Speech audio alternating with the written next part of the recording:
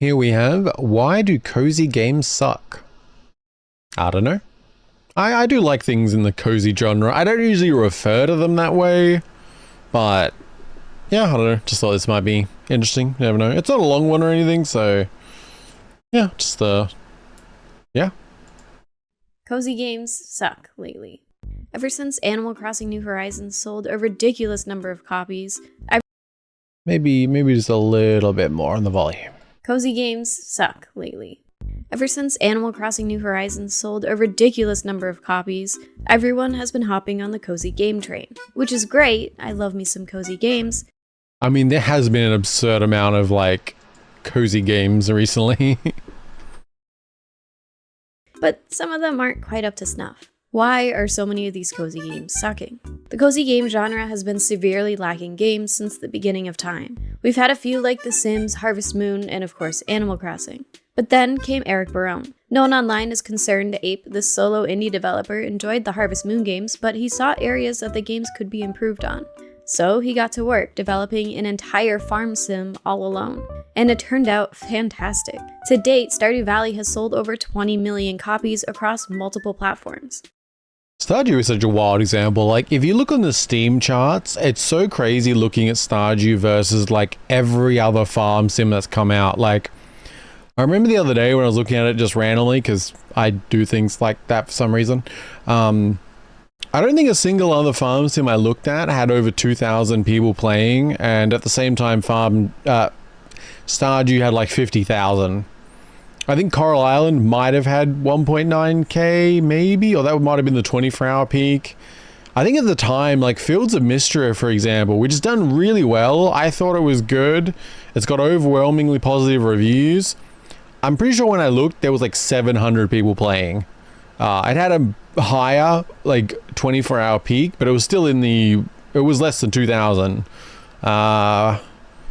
Yeah, and there was a couple others I looked at, like 1-200, and it's like, but especially I thought Fields of Mystery like seemed like it did really well, and I mean it did, but it seems like nothing can even remotely touch the success of Stardew, and it's been out for so long, and yet it's like constantly hitting like 50,000 or yeah, like the numbers for Stardew are wild.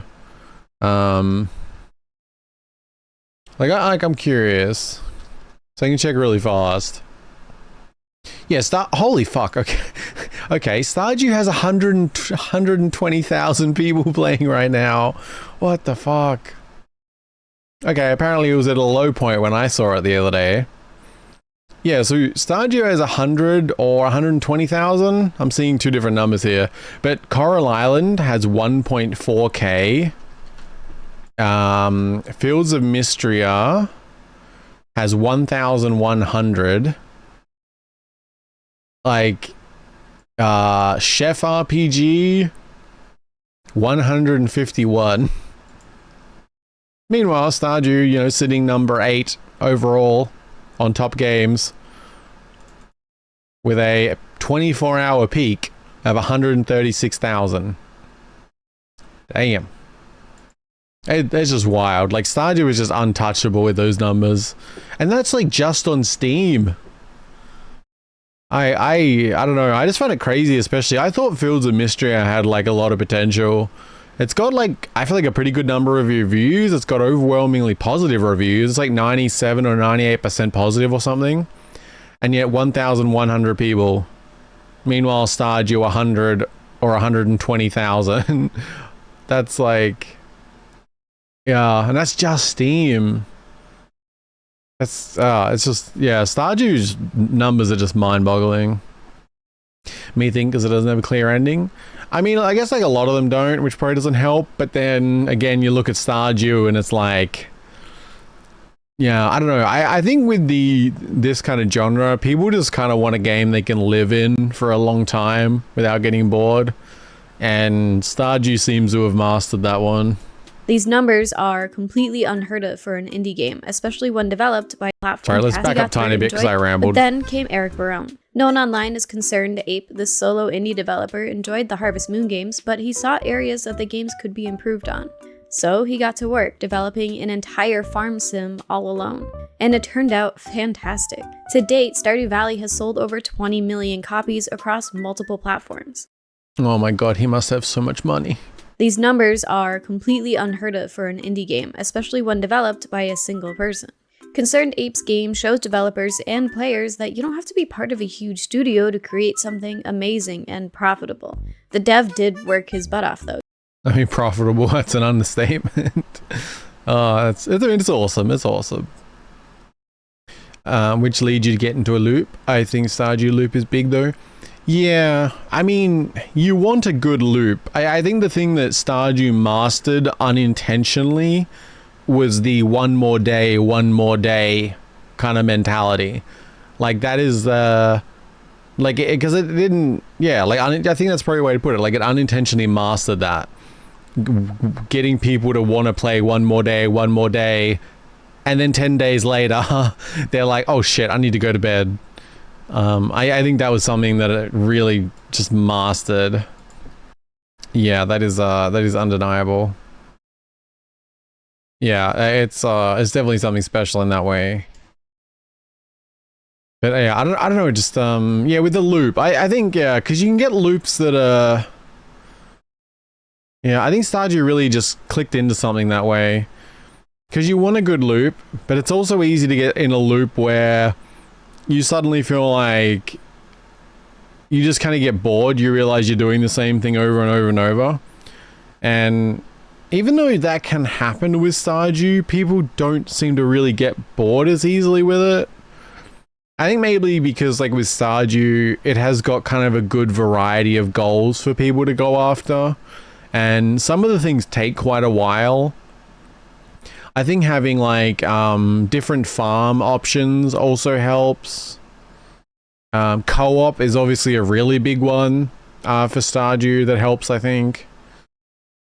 Yeah, I think Stardew, yeah, a few things that really nailed that keep people hooked in. They just jump to another loop. Yeah, I think that's with Stardew, like, yeah. Marry people? Mining people? Oh, yeah. I mean, there's one thing with Stardew is like, you can kind of get stuck in a loop of farming or progressing the mine or just aiming for like some specific, I don't know, something that costs a lot or just, yeah, there's different things you can kind of focus on. But you've also got like a loop of focusing on many things at once, which I think helps people get stuck into that one more day, because they want to get a bit further down in the mine. They want to, you know, do this, do that. They want to make sure things are harvested. They want to expand their farm. They want to make, you know, decorate the inside of their house. But yeah, like, yeah, there's like a really good combination of things, I think. You don't just make a masterpiece like Stardew Valley overnight, no matter how good you think you are at pixel art. Fast forward a few years, Animal Crossing New Horizons releases, and the pandemic starts. Everyone was home, everyone was bored, and with the Switch being so cheap compared to other consoles, the barrier to entry to play Animal Crossing was extremely low, especially for those people who were playing video games for the first time. Cozy games like New Horizons are some of the easiest games to learn. It's not a game that requires a lot of previous experience with a controller or video games in general. Your grandma can pick up a couple of Joy-Cons, press a few buttons, and successfully play. Or your dog. Panda could probably do it. Oh, never mind, she's scared of it. I do wish Animal Crossing had more for this one, but like, it was very successful in that regard for sure, yeah. Zoe could probably do it. There we go, good girl, Zozo. As a result, a perfect storm is created that allowed New Horizons to become one of the greatest selling games of all time on the Switch, selling over 40 million copies worldwide. Man, did it really? That's crazy. I hope they go more in depth with the next one. I mean, keep the simple accessibility, like that's good, but I think they could have done a lot more stuff without, yeah, because I hadn't played the 3DS one, but yeah, I know that like I've seen a lot of people mention that there was things in that they didn't move over and stuff, and that the 3DS one kind of had more in some ways. I don't know how true a lot of that is because I haven't actually played it, but I have heard that repeated quite a few times. I don't know. I really liked Animal Crossing, but and there's still like a certain charm to it, but I think some of the games I've played since then would make me like go back to it and feel a bit different. I don't know. There's been some really good games come out like since this last one. Wide, and it also caused about 20 million new Switch console sales in 2020 alone. Everyone saw these crazy numbers. There was finally a demand for cozy games, and people wanted to capitalize on that. Let's time travel back to present day. The cozy community has exploded. There are 40 million people who are interested in these relaxing games. So why not make a game that they would want, said every developer ever. Now that we're I mean, I don't necessarily agree with that. Like, I don't think that a lot of the games we've seen has been because of the success of things like Animal Crossing. I think the games like Animal Crossing and Stardew honestly like inspired people more. Like, gave them that feeling of like, I love this game, I could make my own. It's probably mixed in a little bit seeing the success of this, like, but I think that's more of like on the side as opposed to like them actually being like, oh, I should make my own, this sold really well. Like, I don't think that was necessarily the driving force. It was probably like, it probably added to the inspiration, like, wow, these games can be successful, I could make my own. Not like, this game's really successful, I should make my own. If that made sense. Yeah. I'm just gonna be right back for a couple minutes. Okay, well, I'll back up a few seconds. so wide. There are 40 million people who are interested in these relaxing games. So why not make a game that they would want, said every developer ever. Now that we're 3 years after you heard. Yeah, I still just, I don't know, I feel really mixed on that idea. I feel like it contributes to inspiration, but not like, yeah. I mean, maybe some of the larger companies who have done things, like, I could see something like Fae Farm coming from that. But I think a lot of the games like Fields of Mystery and stuff like that, I guess I just don't really get that impression as much. Like it might have been, it might have gave them some confidence to be like, okay, games like this are selling really well. You know, I really want to make a game like this. And that kind of gave them the confidence to like, actually go ahead and put in the time maybe, but yeah, I don't know, just, yeah. Hopefully I'm making sense. Horizon's release, we're getting a lot of cozy games from brand new studios and small teams, which is awesome, but also awful. You can tell some of these titles were created to just solely make a ton of money, which is fine. If you spend 3 years making something, it should be. Actually thinking, yeah, Disney Dreamlight probably came from that as well, yeah. Solely make a ton of money, which is fine. If you spend 3 years making something, it should be profitable. But there's no love behind some of them, no patience, no formula that makes these games, well, good. A lot of them kind of suck. Is that just because games like Animal Crossing and Stardew Valley raised the bar so high? It's hard to live up to almost perfection.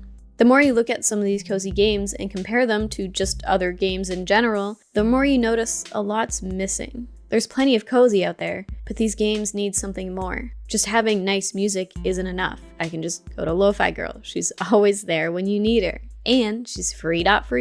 Mainly, there's a lack of reward for almost no risk. Let's take a look at a half showing Fae Farm. Yeah, Fae Farm, that was a rough one. I tried to enjoy it, and like, because I streamed it, I did enjoy the experience, but it had some real balance issues, to say the least. I mean, I feel like it was a good game. There was just, the price was a problem, and it didn't feel playtested by like normal people. Mainly, there's a lack of reward for almost no risk. Let's take a look at a half-cozy game, Cult of the Lamb. Got a really nice aesthetic, allows you to decorate, but also has a challenging aspect of a roguelike combat mechanic, hence the half-cozy. The way you unlock decorations is by exploring and fighting your way through dungeons. As you progress, you'll unlock some items which you can decorate your area with. There's a lot of risk going through these dungeons. You have to kill all the enemies and defeat the boss, all while surviving. Death means you have to start over that dungeon run, plus your cult members think you're weak and not worthy of being their leader, because you're just lame. So if you fail, now you have to go through the whole dungeon all over again, and make your people like you so they don't turn against you. Games I feel like I can't see that style of game without thinking of Don't Starve. Don't have to have combat to have a good risk reward system. The risk could just be the time you're putting into the game. Is the reward from completing this goal worth the time that you have to put into it? Like the catch 100 fish in a row Nook Mile goal. Is it worth your time? It's just a few Nook Miles. You can get these by spending more time completing the easier Nook Mile Plus goals. But for some people, the reward of completing the goal is worth the risk of spending time to catch 99 fish in a row, messing up that last one, and then having to restart the entire fishing process all over again.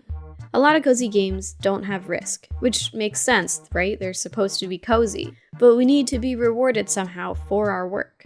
Why risk an hour of my time to get nothing out of it? I need to work Has anyone played Disney, like Dreamlight Valley? I've heard kind of mixed things, but overall pretty good. towards something. Games in general need some type of progression, whether that's unlocking items to decorate with or completing a full-blown story. There has to be some kind of satisfaction when playing, and the story better be good. There are some cozy games that you progress through a story, but sometimes the story just isn't captivating. I don't like progressing just for the sake of progressing unless I care about the world and the characters, or I'm rewarded for exploring the world. And if the story progression isn't appealing enough, then the game is boring, and it doesn't give me a reason to keep coming back. I don't know. I guess I don't really feel that way. Like, I don't go into these type of games for story. I mean, it's good to have some interesting characters and like some lore and stuff. But if we're talking about like actual linear story, I'm playing a different type of game.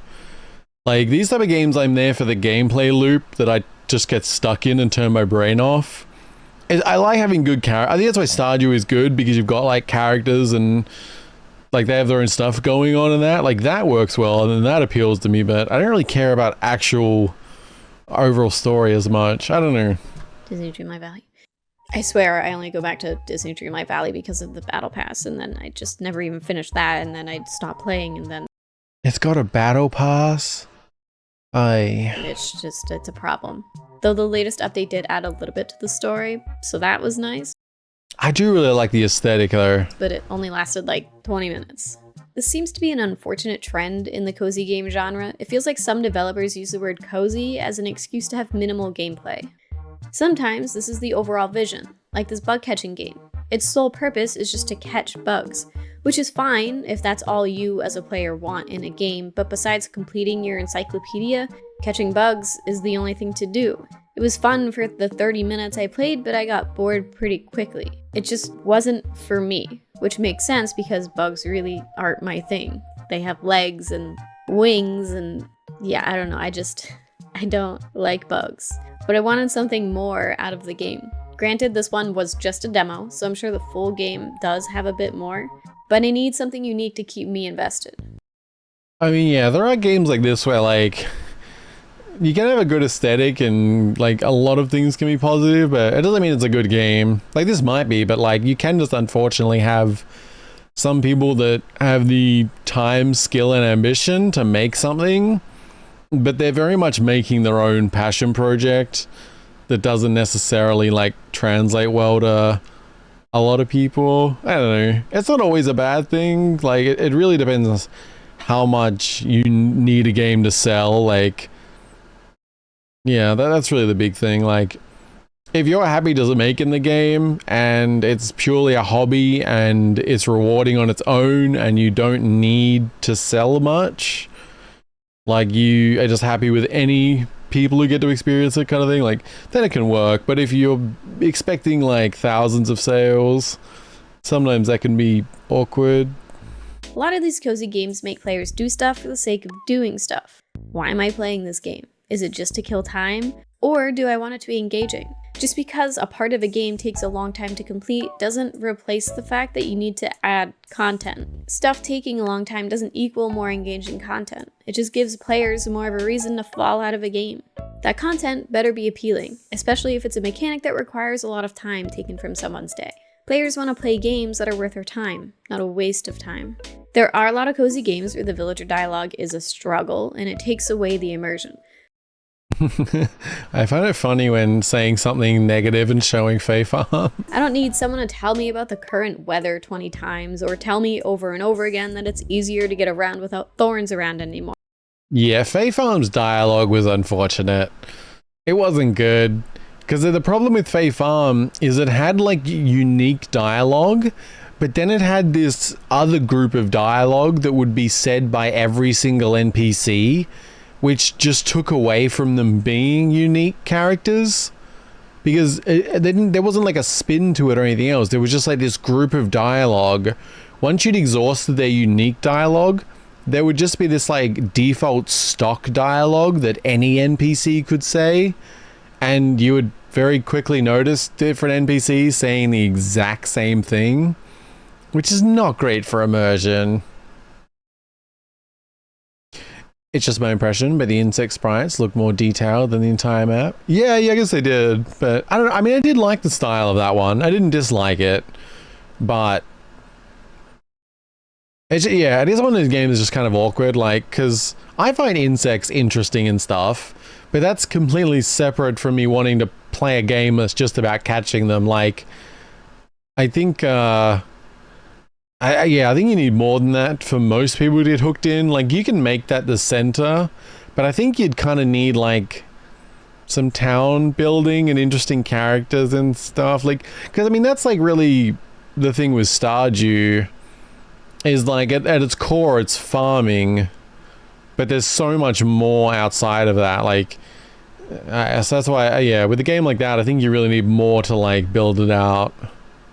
Yeah, the art style is kind of, yeah, it just depends on your preference, like, because I like the simple art style of that, but yeah, you definitely just need more to kind of support it, though, because otherwise, yeah, it's, yeah, I don't know. I mean, as this person even said, I guess in this case, it was a demo, so, yeah.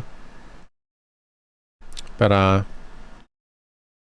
yeah, if you're gonna like that kind of style, it's still gonna depend, but I don't know, I did, like, because, yeah, the insect sprites probably were more detailed, but I still feel like it didn't look bad to me or anything, but, yeah. More. Bestie, I know. I destroyed them. Villager interactions are supposed to be a fully fleshed out mechanic. I understand that writing a ton of dialogue can be a pain, especially when developers are trying to translate it into a bunch of different languages, but if there are going to be villagers and romancing, at least make me want to romance them. Like Hodari. So glad we can romance him.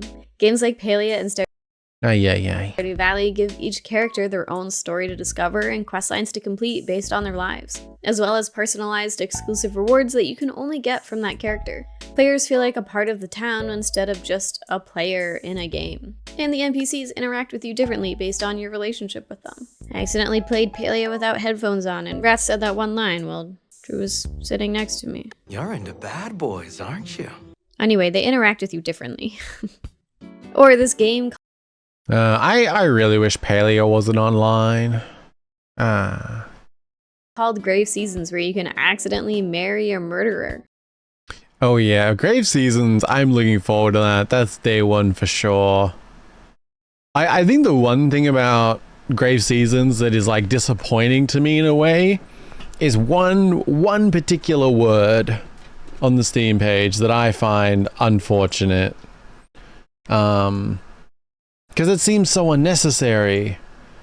Like, it's specifically, Grave Seasons is a narrative farming sim with a terrifying twist. Someone in the town is a supernatural serial killer. Why supernatural? I don't know, that just like, I wish that word was not there. Because like, without the supernatural, it becomes more grounded and you can like look at all the clues and really like pay attention to things, whereas like supernatural just kind of it throws everything in the air with how things can work, and like, I don't know, I'm sure it's still going to be good because honestly it does look really good. I just feel like when I hear supernatural serial killer, it kind of means like, you know, they could just like pop into a room and kill someone, versus like they have to be able to get into a room and kill someone, or I don't know, things like that. I don't know. I guess for me in general, when it comes to like horror and murder related things, I prefer grounded as opposed to supernatural. Like, I don't know. I like to know all the rules so that I can like follow along, I guess. Whereas supernatural feels like it often throws out the rules and you can't really know them all. Yeah, I don't know. That's my ramble. Talk about risk. Or this Bad boys, aren't you? Anyway, they interact with you differently. Or this game called Grave Seasons where you can accidentally marry a murderer. Talk about risk. Many cozy games completely gloss over the important mechanic that is character development. Even New Horizons. Though after playing some of these other games, New Horizons villagers, they don't seem so bad. Give us more than repetitive, pointless dialogue. Let them verbally abuse me like the GameCube Animal Crossing. At least being shut down a bit gave me something interesting to... Nani? Supernatural equals some crap we did know how to make sense of. I mean, it can still be good. Like, it's not always bad, but I don't know. I just find it more interesting when you can follow the rules and the clues. Like, I mean, when you know the rules and you can follow the clues and really like, yeah. Satrio, are you wadding at the murder thing? Being able to marry a murderer, I'm assuming maybe. Yeah, because yeah, you are... I forget, what else does it say on the Steam page? Grave Seasons, I feel like it is going to be really cool though. I'm looking forward to it. And it's definitely an interesting dynamic. Though I think like, what does it say? In a cruel twist of fate, you become wrapped up in the sudden murders plaguing this cozy town. Search for clues and investigate the unique townsfolk to uncover the dark truth. What's a little bit of breaking and entering between friends anyway?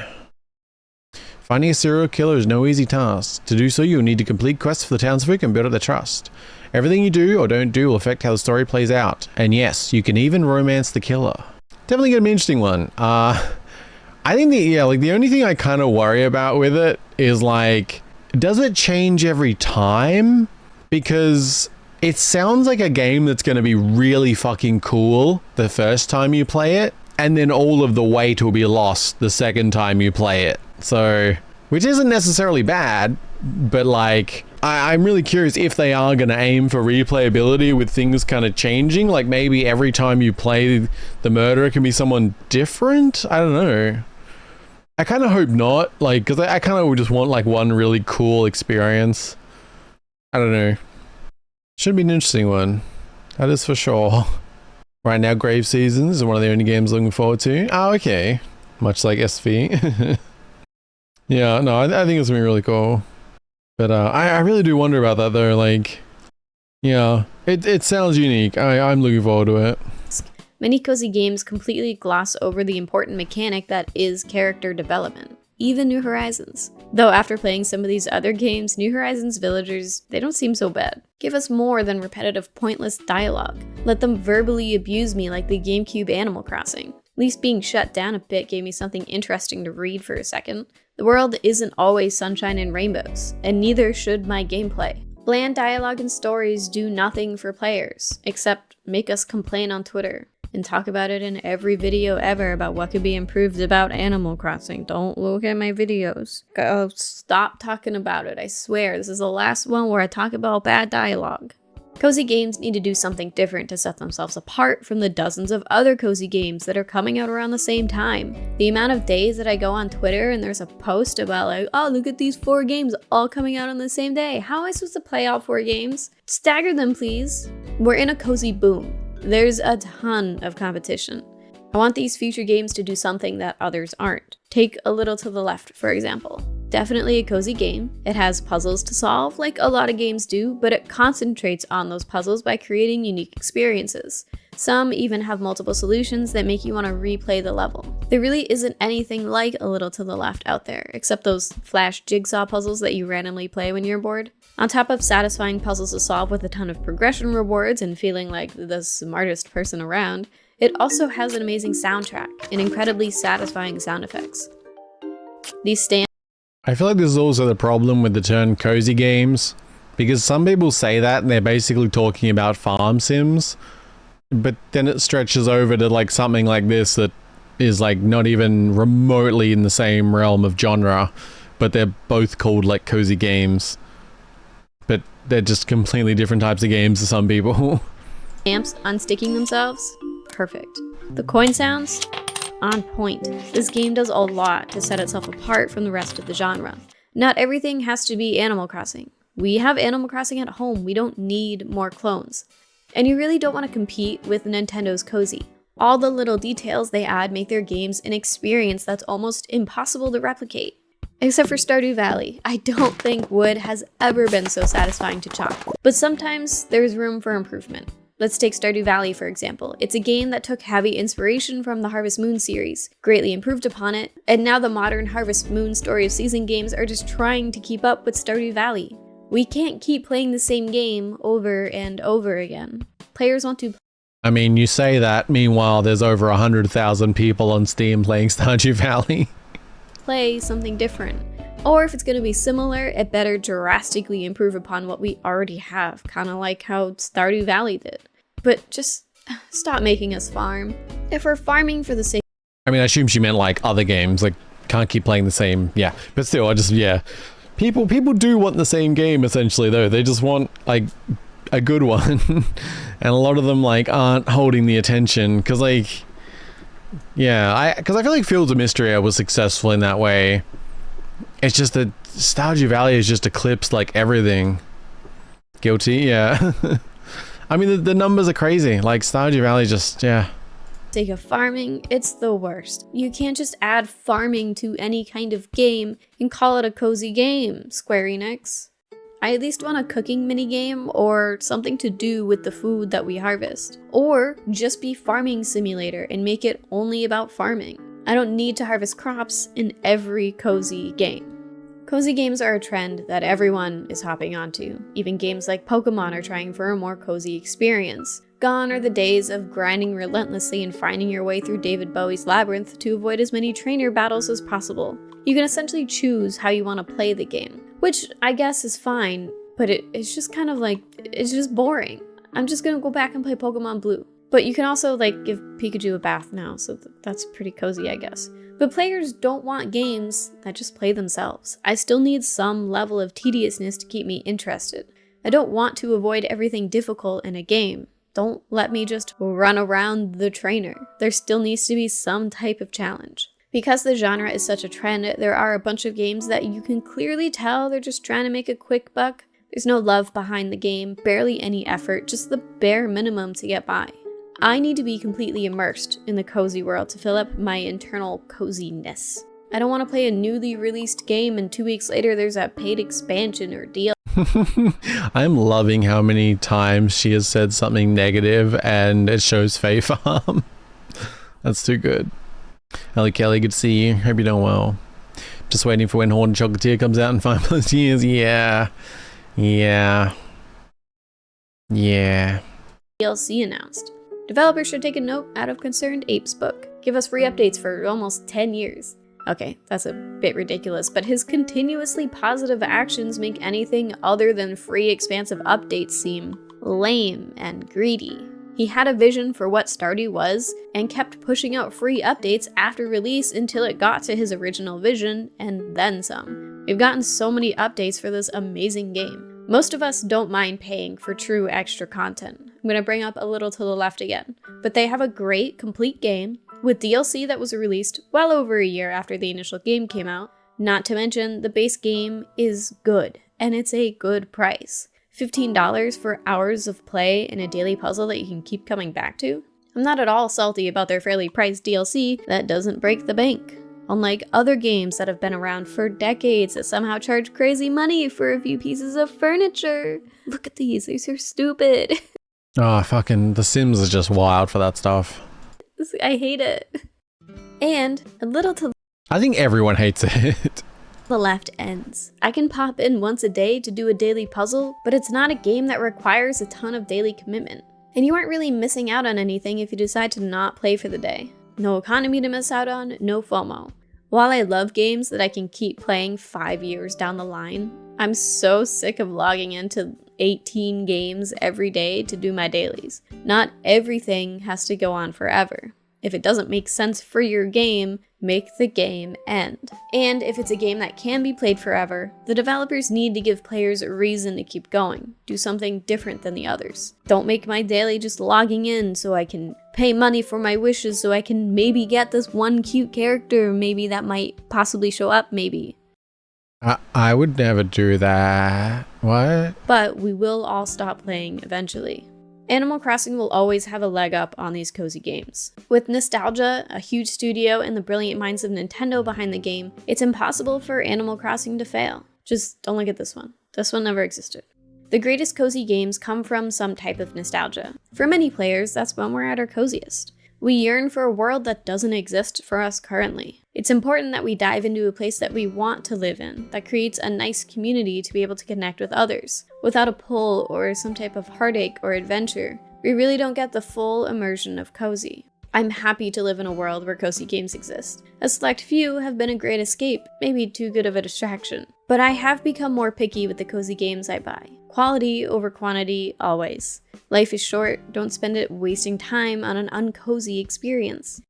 Yeah, I do want to start a new kind of, well, quote-unquote cozy game soon. I think Luma Island's kind of top of the list, but I don't know. I would honestly like to play Stardew again. I don't know. I actually want to play Coral Island again. That's like one of the first games I streamed and did really well. And it's like, I did most of the, I think I did like all of the content in Coral Island back then, but it was like the first version of early access. So there's like so much more now. Yeah. With luck, maybe we'll have it in 4 years. Yeah, I'd love to stream Hornet Chocolatier. That'll be fun. At some point. Hopefully. Maybe. There are too many out there that don't live up to the hype, and while I'm sure the developers have the game's best interest at heart, sometimes it doesn't always come through when playing. Games need more than just slapping together mechanics like fishing and farming and calling it a day. The cozy game bar needs to be raised, so the future of the genre is beautiful. Any games you want to recommend? Drop them in the comments below, and I'll see you next time. Bye! I mean, honestly, I think the genre's doing fine. Like this was a solid enough video. I disagree with like a couple of things. I get the overall, like, the overall I get though. But I think the genre's honestly doing fine. Like, the only reason I think there is that vibe of like, why does it suck kind of thing that could come through is the fact that there's so many. But there being so many just means there's more you ignore and enjoy the good ones. Like Fields of Mystria and Coral Island, I think are huge standouts that have so much similarity to Stardew, but they also stand on their own and people really like them. There's also been some others that, while not as successful, that stand out. You know, things like Roots of Patcher and I apparently have one example. Oh, I just went blank. Like Chef RPG, Sunhaven. You know, there's new Rune Factories coming out. Disney Dreamlight, despite like complaints people have, like, it does seem like people, like, I have heard a lot of positive things about it. And even like Paleo, while I hate that it's online and offline and not like a proper single player, just offline experience, I would love that. There is a lot of cool things about it. So like, while there's some that, you know, there are some disappointing cases like Fae Farm, I feel like the overall genre is in a really good place, and there seems to be more and more cool stuff coming out. Like, especially I think Fields of Mystria, like it's a very new one. That's like a really good example, I think. I think Fields of Mystria did a really good job of being like very similar to Stardew, but it has its own set of very unique characters that don't feel like the Stardew characters. And I think that honestly like set it apart more than I expected. Yeah. I don't know. There's definitely some that are lacking, but overall, I think it's in a pretty good space. And they said there's some cool ones also coming up, like Grave Seasons. There's also... what else is there? Grimshire coming up soon. Dalmay Village. I don't know if that'll be good, but it'll look cool. There's Gaucho in the Grassland will maybe be good, hopefully. Seeds of Calamity just came out, which while not booming, seems to have had a positive reception. Luma Island seems to be doing well, and it's one I want to play. Yeah, I don't know. Yeah. Still, I don't know. It was an interesting video. It gave me plenty to ramble about. Yeah.